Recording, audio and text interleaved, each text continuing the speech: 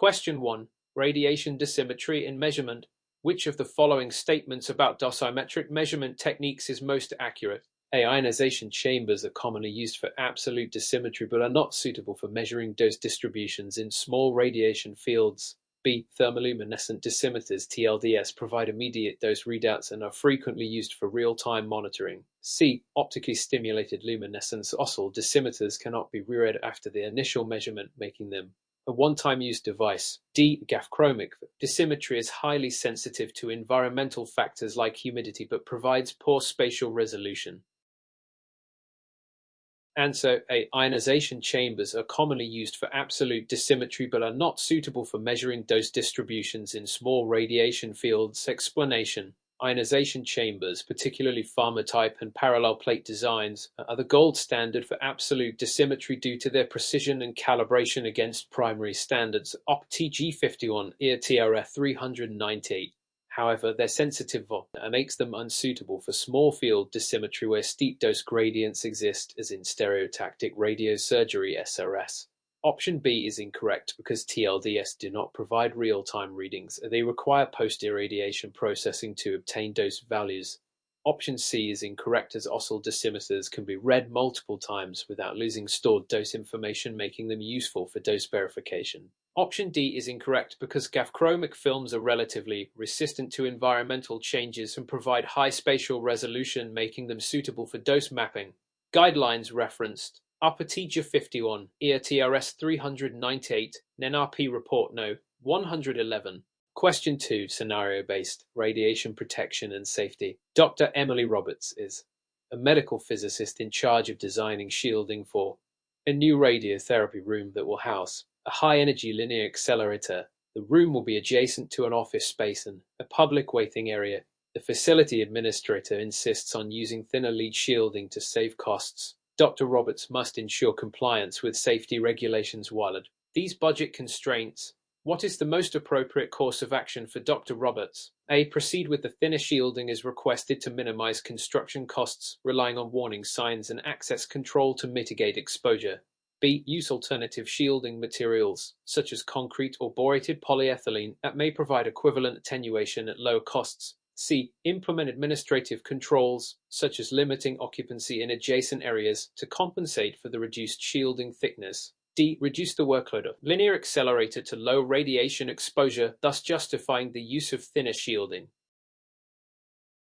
Answer B. Use alternative shielding materials, such as concrete or borated polyethylene, that may provide equivalent attenuation at low costs. Explanation: Dr. Roberts must ensure that the shielding meets the requirements set forth by the SRP Report No. 151 and the IA Safety Series. These regulations mandate that shielding should reduce exposure to occupational and public dose limits, adhering to the ALARA as low reasonably achievable principle. Option is incorrect because relying solely on signage and access control does not provide adequate protection for adjacent areas. Option C is incorrect because administrative controls cannot replace physical shielding requirements as per NRC NRP guidelines. Option D is incorrect because reducing the machine workload is not a reliable or regulatory compliant method for ensuring radiation protection.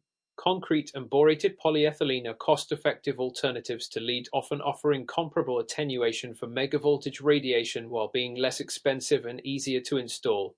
Guidelines referenced SRP Report No. 151, IA Safety Series, and ALARA Principles. Question 3. Radiation therapy physics in intensity-modulated radiotherapy. Why is the use of multileaf collimators (LCS) essential for precise dose delivery? A. LCS allow for dynamic beam shaping, which enables conformal dose distribution while minimizing exposure to surrounding healthy tissues. B. The primary function of MLCS is to reduce the overall dose delivered, rather than shaping the radiation field. C. Using MLCS results in lower monitor units mass compared to conventional radiotherapy, reducing radiation scatter. D. The presence of MLCS eliminates the need for patient immobilization during treatment. Answer A. LCS allow for dynamic beam shaping, which enables conformal dose distribution while minimizing exposure to surrounding healthy tissues. Explanation: Multileaf collimators (MLCS) are crucial in IMIT as they allow for dynamic field shaping, leading to highly conformal dose distributions that spare adjacent healthy tissues. By modulating beam intensity across multiple small subfields, MLCS enable highly targeted radiation delivery, reducing toxicity and improving therapeutic outcomes. Option B is incorrect because MLCS do not function to reduce overall dose. Instead, they redistribute dose intensity to maximize tumor control while sparing normal tissues. Option C is incorrect because IMIT generally increases the number of monitor units must, leading to greater total radiation output compared to conventional techniques. Option D is incorrect because MLCS do not replace the need for patient immobilization, which remains essential for precise treatment delivery. Guidelines referenced. OPA-TG 142, ICRU Report No. 83, and Astromet Safety Protocols. Question 4. Radiation dosimetry and measurement in a clinical radiation therapy setting. A physicist is tasked with verifying the output of a linear accelerator (LINAC) using an ionization chamber. The physicist performs measurements at different depths in a water phantom under standard calibration conditions. The results show that the measured dose at Dmax is higher than expected based on TG51 calibration protocol. What could be the likely cause of this discrepancy, and how should the physicist proceed to correct it? A. The chamber's calibration factor may be incorrect. The physicist should recheck the calibration certificate and ensure it is consistent with NIST traceable standards. B. The water temperature and pressure corrections were not applied correctly. The physicist should review environmental conditions and apply the appropriate corrections. C. The LINAC's energy spectrum may have changed over time. The physicist should perform full beam quality analysis using PED, EPR measurements. D. The phantom positioning was slightly off-axis. The physicist should remeasure at the correct SSD and field size to ensure proper alignment. Answer. B. The water temperature and pressure corrections were not applied correctly. The physicist should review environmental conditions and apply the appropriate corrections. Explanation. The TG51 protocol requires careful correction for environmental conditions, including temperature and pressure, as these factors affect the response of ionization chambers. The failure to properly correct for atmospheric variations can lead to an underestimation of the absorbed dose. While other factors, such as incorrect calibration factors or beam quality changes, could impact measurements, errors due to environmental conditions are the most common and should be checked first. Proper adherence to dosimetry protocols ensures accurate radiation dose delivery to patients. Question 5. Radiation protection and safety. Scenario-based. Dr. Emily Roberts is newly appointed medical physicist at hospital's nuclear medicine department. During routine inspection, she notices that technologist is handling vial containing TC99 meters without wearing gloves. Additionally, the shielding for the dose calibrator appears to be missing component. Dr. Roberts also observes that the wipe test logs for contaminant monitoring have not been updated for 2 weeks. What should Dr. Roberts do first to ensure compliance with radiation safety standards? A. Immediately stop all nuclear medicine procedures and report the issue to the regulatory authority. B. Educate the technologist about proper radiation handling techniques, ensure that personal protective equipment (PPE) is used, and initiate review of radiation safety protocols. C. Perform personal contamination check on the technologist and require immediate decontamination measures. D. Ignore the incident as the exposure from TC99 meters is minimal and there have been no reported adverse effects. Answer B. Educate the technologist about proper radiation handling techniques, ensure that personal protective equipment (PPE) is used, and initiate a review of radiation safety protocols. Explanation. According to NRC and ICAP radiation safety guidelines, radiation workers must follow ALARA principles to minimize exposure. The failure to use gloves increases the risk of contamination, while missing shielding can lead to unnecessary exposure. Dr. Roberts should first educate the staff and implement corrective actions rather than halting all procedures immediately. While contamination monitoring is important, immediate education and adherence to protocols should take precedence to prevent future violations. Question 6. Imaging physics. MRI Safety Radiology Department recently installed 3 MRI scanner. Medical physicist is conducting safety review and notices that some patients with metallic implants are scheduled for MRI exams. To ensure patient safety, which of the following should be the most important factor in determining whether the MRI scan can proceed? A. The strength of the MRI's gradient magnetic field and the presence of any ferromagnetic implants. B. The specific absorption rate. SAR values associated with the MRI sequence and the thermal conductivity of the implant material. C. The labeling of the implants are MRI safe, MRI conditional, or MRI safe according to FDA and ATIM standards. D. The length of time the patient has had the implant and whether any previous MRI scans performed safely. Answer C. The labeling of the implant as MRI safe, MRI conditional, or MRI safe according to FDA and ATIM standards. Explanation. MRI safety guidelines require that implants be classified as MRI safe, MRI conditional, or MRI safe. This classification determines if the patient can safely undergo an MRI scan, while SAR, gradient fields, and implant composition are important. The official classification is the primary. Governing MRI compatibility. The FDA and ATIM provide standard guidelines for assessing MRI safety of implants. Question 7. Radiation therapy physics. Proton therapy. Proton therapy has gained popularity as precise radiation treatment modality due to its unique dose distribution characteristics. Compared to conventional photon therapy, what is the most significant advantage of proton therapy in clinical applications? A. Proton therapy delivers more homogeneous dose throughout the target volume, reducing the risk of underdosing tumor cells. B. Proton therapy has low relative biological effectiveness, RBE, compared to photon therapy, making it less harmful to normal tissues. C. Proton therapy exhibits characteristic Bragg peak, allowing for precise dose deposition at specific depth while minimizing exit dose to surrounding tissues. D. Therapy requires lower initial capital investment and maintenance costs compared to conventional LINAC-based photon therapy. Answer C. Proton therapy exhibits a characteristic Bragg peak, allowing for precise dose deposition at a specific depth while minimizing exit dose to surrounding tissues. Explanation. The primary advantage of proton therapy is the Bragg peak effect, where protons deposit most of their energy at a well-defined depth, minimizing damage to healthy tissues beyond the target. This is particularly beneficial for pediatric patients and tumors located critical structures.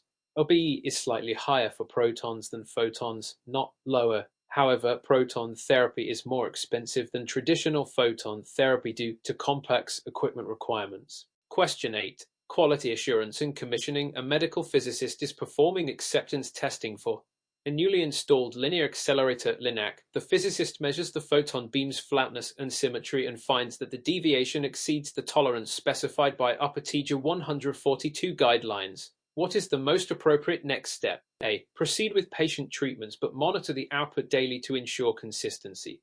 B. Adjust the beam steering and conduct additional measurements to bring the deviations within acceptable limits before clinical use. C. Report the issue to the manufacturer and wait for their response before taking any corrective action. D. Ignore the minor deviation, as slight variations in flatness and symmetry do not significantly impact treatment efficacy.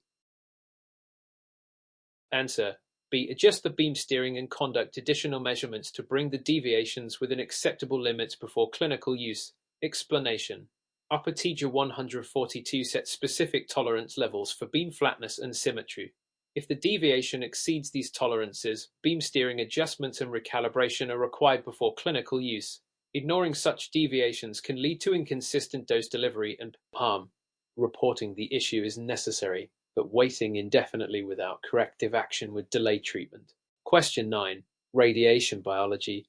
Cellular damage. In radiation therapy, understanding the mechanisms of DNA damage is crucial for optimizing treatment efficacy. Which of the following statements best describes the predominant mechanism of DNA damage caused by ionizing radiation? A.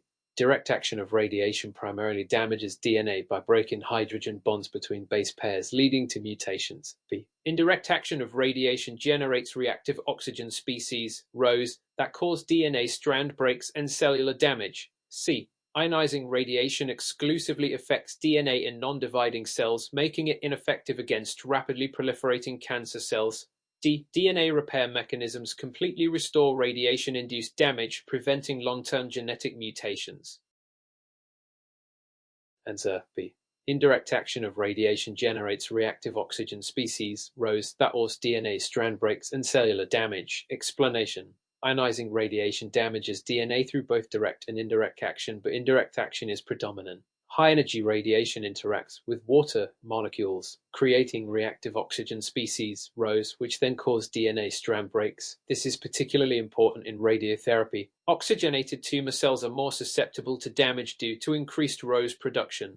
DNA repair mechanisms exist but are not perfect, which is why radiation can lead to mutations and cell death. Question 10. Medical image processing in informatics. AI in radiology, artificial intelligence, AI is increasingly being integrated into radiology for image analysis and diagnostic decision-making. What is one of the primary challenges associated with implementing AI-based diagnostic tools in clinical practice? AI models consistently outperform human radiologists, leading to decreased need for trained specialists. B. AI-based tools struggle with generalizability due to variability in imaging protocols, patient populations, and scanner types. C. Regulatory approval for AI-based diagnostic tools is minimal, allowing widespread implementation without oversight. D. AI algorithms can only analyze static images and cannot process dynamic imaging sequences like MRI or PET scans. Answer. B. AI-based tools struggle with generalizability due to variability in imaging protocols, patient populations, and scanner types. Explanation. AI models often lack generalizability because they are trained on specific datasets, making them less reliable across different imaging environments. Standardization and regulatory validation, e.g. FDA approval, are essential before AI tools can be widely used in clinical practice. Question 11. Radiation therapy physics. Monte Carlo simulations. Medical Physicist is evaluating new treatment planning system (TPS) that incorporates Monte Carlo MC simulations for dose calculations. The system is expected to provide highly accurate dose distributions, especially in heterogeneous tissues such as the lung. However, the physicist notices discrepancies between calculated doses and ion channel measurements in water phantom. Which of the following factors could explain the observed discrepancies, and how should the physicist address them? A. The Monte Carlo algorithm may not have reached statistical convergence. The physicist should increase the number of particle histories to improve accuracy. B. The ion chamber's response is energy dependent, but since water is homogeneous, this effect is negligible. C. The TPS is overestimating dose due to an inherent limitation of Monte Carlo methods in accounting for scattering effects. D. The physicist should disregard them. Carlo results, as deterministic methods are always superior for clinical dose calculations. Answer A. The Monte Carlo algorithm may not have reached statistical convergence. The physicist should increase the number of particle histories to improve accuracy. Explanation. Monte Carlo simulations rely on statistical sampling, meaning that insufficient particle histories can lead to noisy or inaccurate results. Increasing the number of histories reduces statistical uncertainty and improves agreement with measured data. While ion chamber dependence is a consideration, it is less significant in a homogeneous water phantom. Monte Carlo methods are generally more accurate than deterministic algorithms, particularly in complex geometries, but require careful statistical validation. Question 12. Brachytherapy. HDR source calibration. During routine calibration of high-dose RET HDR brachytherapy source, physicist measures the air Kerma strength using well-type ionization chamber. The measured value is 5% lower than the expected value based on the manufacturer's certificate. What is the most appropriate course of action? A. Recalculate using different measurement technique to confirm whether the discrepancy is systematic. B. Proceed with treatment as 5% variation is within acceptable clinical limits. C. Adjust treatment times to compensate for the discrepancy and notify the radiation oncologist. D. Immediately quarantine the source and report the discrepancy to regulatory authorities. Answer A. Recalculate using a different measurement technique to confirm whether the discrepancy is systematic. Explanation. A 5% discrepancy warrants further investigation before clinical use. The physicist should confirm the measurement using a different technique or recalibrate the well chamber. Only after confirming the discrepancy should additional actions be taken. Adjusting treatment times without verifying the cause could lead to patient underdosage. Question 13. Radiation shielding design. PET facility. Medical physicist is designing shielding for new PET imaging suite. The primary radionuclide used is F18FDG, which emits 511 keV annihilation photons. What are the key considerations in determining the appropriate shielding thickness for the PET uptake rooms and scanner area? A. Only neutron shielding is needed because F18 is positron emitter and positrons do not produce significant radiation. B. Lead and concrete shielding must be designed based on occupancy factors, workload, and the attenuation of 511 keV photons. C. The shielding design should be based solely on the CT scanner's kVp, as it is the primary radiation source in the suite. D. Shielding calculations should assess worst-case scenario where patients remain in the PET uptake rooms indefinitely. Answer. Beat lead and concrete shielding must be designed based on occupancy factors, workload, and the attenuation of 511 keV photons. Explanation. PET imaging involves 511 keV annihilation photons, which require proper shielding considerations. Lead and concrete shielding must be designed based on the number of patients per day, scan duration, and room occupancy. Neutron shielding is not required for F18. While worst-case assumptions are useful, they should be balanced with realistic occupancy factors. Question 14. Image-guided radiation therapy. EET Hospital is implementing daily EEE for image-guided radiation therapy IGE. The medical physicist is evaluating the additional imaging dose to patients and its potential impact on treatment planning. Which of the following actions would best optimize patient safety while maintaining high-quality image guidance? A. Reduce CET imaging frequency by using weekly rather than daily scans. B. Lower CET mass settings while maintaining sufficient image quality for positioning accuracy. C. Increase CET scan length to capture larger anatomical region for more precise setup. D. Avoid EET together and rely only on MV portal imaging to reduce radiation dose. Answer. B. Lower the CET mass settings while maintaining sufficient image quality for positioning accuracy. Explanation. Lowering EET mass settings reduces unnecessary radiation dose while preserving sufficient image quality for accurate patient positioning. Completely eliminating EET could compromise treatment accuracy, while weaky imaging may not provide adequate verification for complex treatments. Question 15. Radiation dosimetry. Electron beam therapy. Patient is receiving electron beam therapy for superficial skin lesion. The prescribed dose is 6 MeV electrons at depth of 1 centimeter. However, the physicist notices an unexpected decrease in dose at Dmax. Which of the following factors could explain this discrepancy? A. The electron applicator is not properly attached, leading to incorrect scatter conditions. B. The beam energy is too high, leading to excessive penetration beyond the lesion. C. The bolus material was not applied correctly, affecting the surface dose distribution. D. The monitor unit mu calculations were overestimated, leading to higher than expected dose. Answer. C. The bolus material was not applied correctly, affecting the surface dose distribution. Explanation. Bolus material ensures proper dose buildup for superficial lesions. Incorrect application can cause variations in surface dose, leading to underdosing at Dmax. Improper applicator attachment can cause scatter changes but would not selectively decrease dose at Dmax. Question 16. Radiation safety. A Lara principle. During fluoroscopy-guided interventional procedure, physicist observes that the cumulative dose to the patient is approaching regulatory limits. What is the best approach to minimize radiation exposure while maintaining procedural effectiveness? They increase fluoroscopic pulse rate to improve image quality and reduce procedure time. Implement pulsed fluoroscopy and increase collimation to reduce unnecessary exposure. C. Position the X-ray source closer to the patient to minimize scatter radiation. D. Require the physician to use additional shielding garments such as lead aprons and thyroid collars. Answer. B. Implement pulse fluoroscopy and increase collimation to reduce unnecessary exposure. Explanation. Pulsed fluoroscopy reduces dose while maintaining image quality, and collimation minimizes exposed tissue. Increasing fluoroscopic pulse rate increases dose. Positioning the X-ray source closer to the patient increases entrance skin dose. Question 17. MRI physics. T versus T imaging. Radiologist requests an MRI scan with high tissue contrast to evaluate patient's brain lesion. The physicist needs to determine whether twatted or twatted sequence would be most appropriate. Which of the following best describes the difference between T and contrast? A. Twatted images highlight fluid-filled structures, while twatted images highlight fat-containing structures.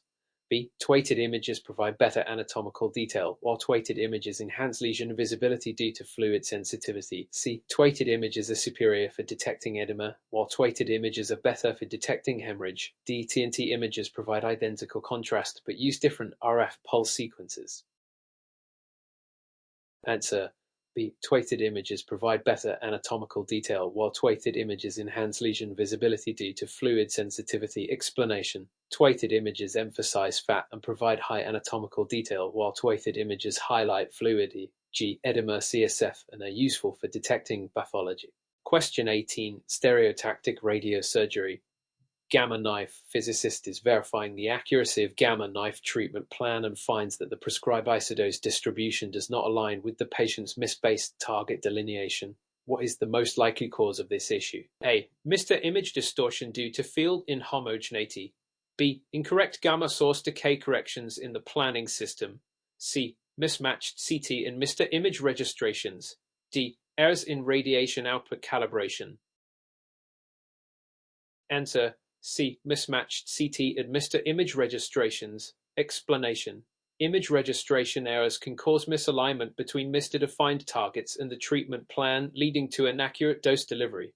Question 19. Radiobiology. Oxygen effect. Which of the following best explains why hypoxic tumor cells are more resistant to radiation therapy? A. Hypoxic cells have increased DNA repair capabilities. B. Oxygen enhances radiation-induced free radical formation. C. Hypoxic cells have low mitotic index. D. Oxygen directly increases radiation dose absorption. Answer B. Oxygen enhances radiation-induced free radical formation. Explanation. Oxygen enhances radiation-induced DNA damage by stabilizing free radicals, making hypoxic tumors more resistant to therapy. Question 20. Radiation therapy. IMA medical physicist is conducting patient-specific quality assurance for an intensity-modulated radiation therapy IMA plan. The measured dose distribution using TWAD diode arrays showing discrepancies compared to the planned dose distribution. Which of the following is the most appropriate course of action? A. Adjust the linear accelerators monitor units move to match the measured dose before proceeding with treatment.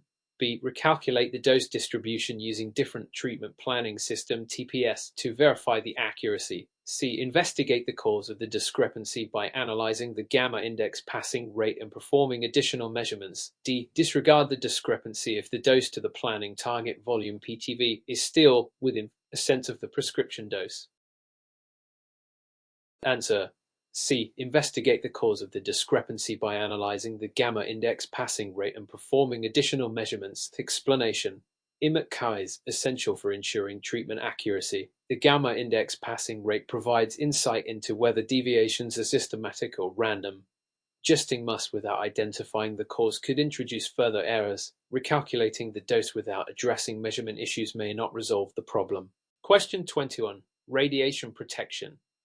Pregnancy and occupational exposure. Pregnant radiation therapist informs her employer of her pregnancy during her first trimester. The medical physicist is responsible for ensuring compliance with radiation protection guidelines.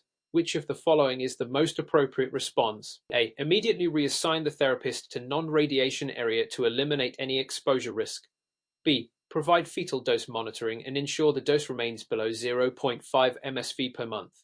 C. Require the therapist to take unpaid leave until after childbirth to avoid any occupational exposure. D. Allow the therapist to continue working as usual as long as she wears her standard radiation badge. Answer B. Provide fetal dose monitoring and ensure the dose remains below 0.5 msv per month. Explanation. According to SRP NRC guidelines, the recommended fetal dose limit is 5 msv during the entire pregnancy with a monthly limit of 0.5 msv. Fetal dose monitoring is essential to ensure compliance while allowing the therapist to continue working safely. Question 22. Brachytherapy. Dose optimization. Medical physicist is planning high-dose RED HDR brachytherapy treatment for patient with cervical cancer. The treatment involves an iridium-192 source placed within an applicator inside the patient. The goal is to deliver the prescribed dose while minimizing exposure to the bladder and rectum. Which of the following is the most effective method to optimize dose distribution? Reduce toxicity to nearby organs. A. Increasing the dwell time of the source in the tumor region while minimizing time near critical structures. B. Using single dwell position to simplify the treatment plan. C. Placing the applicator as close as possible to critical structures to ensure dose conformity. D. Delivering the treatment in single fraction to reduce overall treatment time.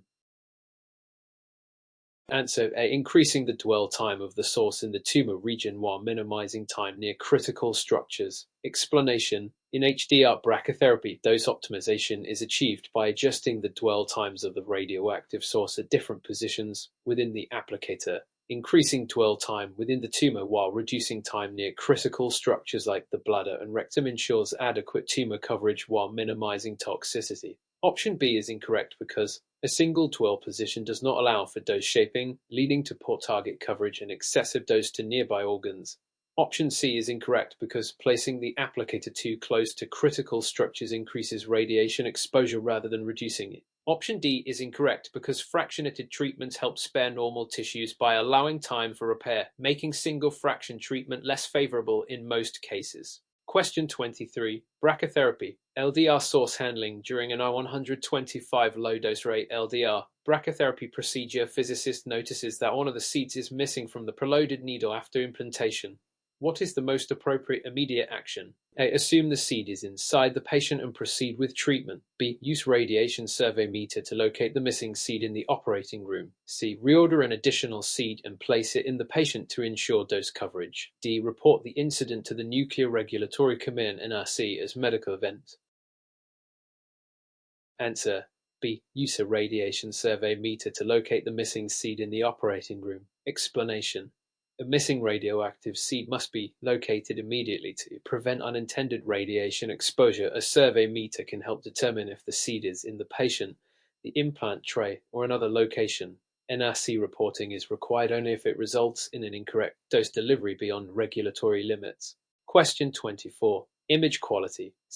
CT contrast resolution. Hospital upgrades its CT scanner to new model with iterative reconstruction capabilities.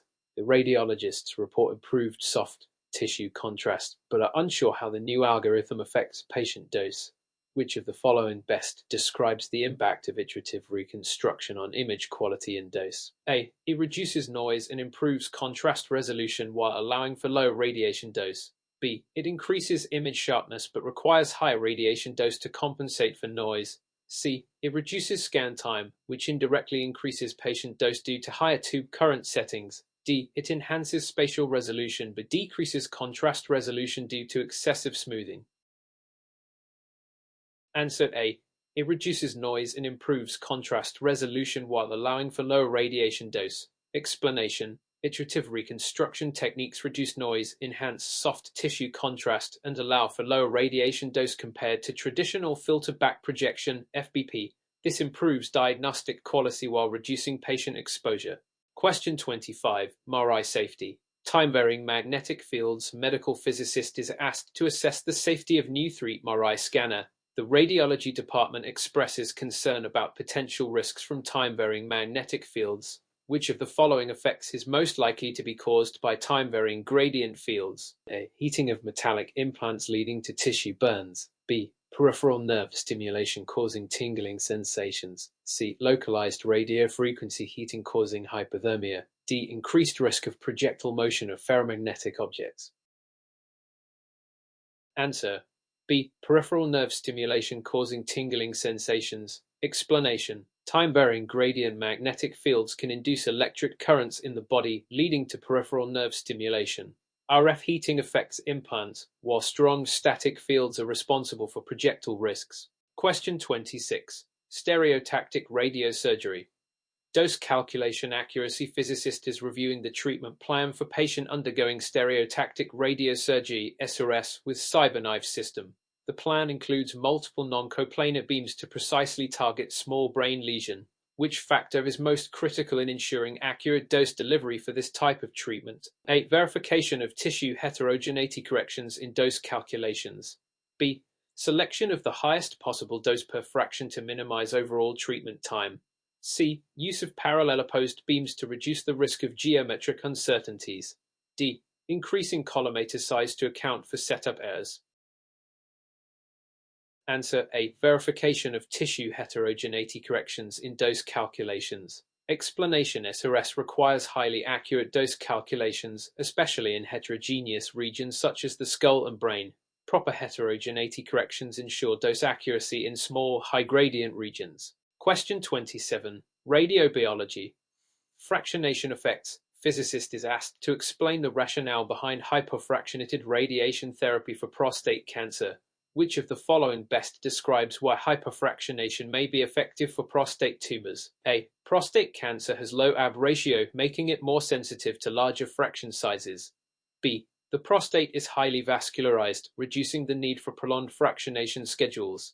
C. Larger fraction sizes reduce the probability of normal tissue complications. D. Hypofractionation minimizes tumor repopulation during treatment.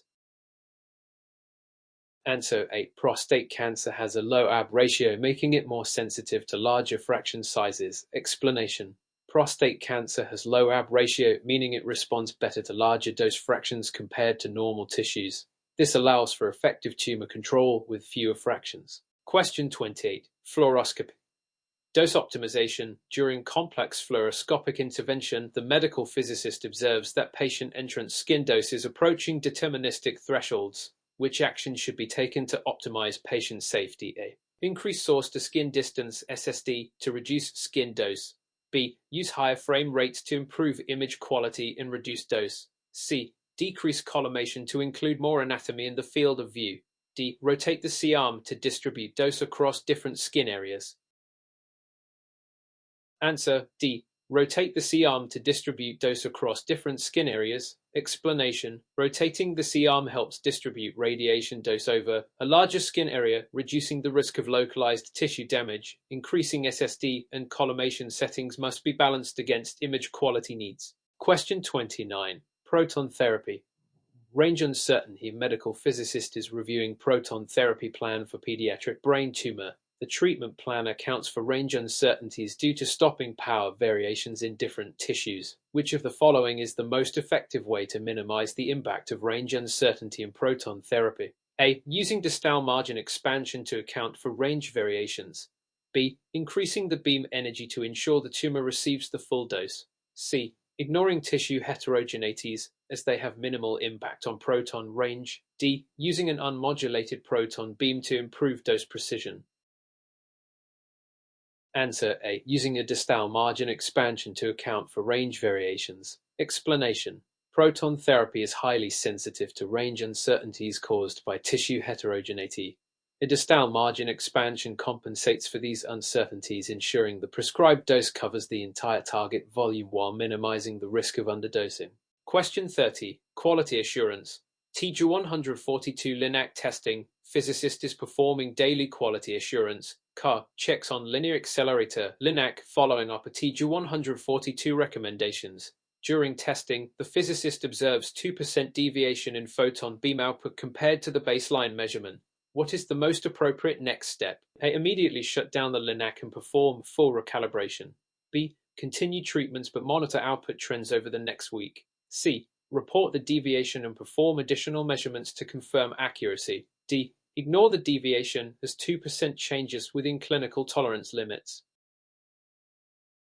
Answer C. Report the deviation and perform additional measurements to confirm accuracy. Explanation: TG142 specifies a tolerance of 3% for daily photon output constancy. 2% deviation is within limits but should be verified with additional measurements before making any adjustments. Consistent trends outside tolerance require intervention.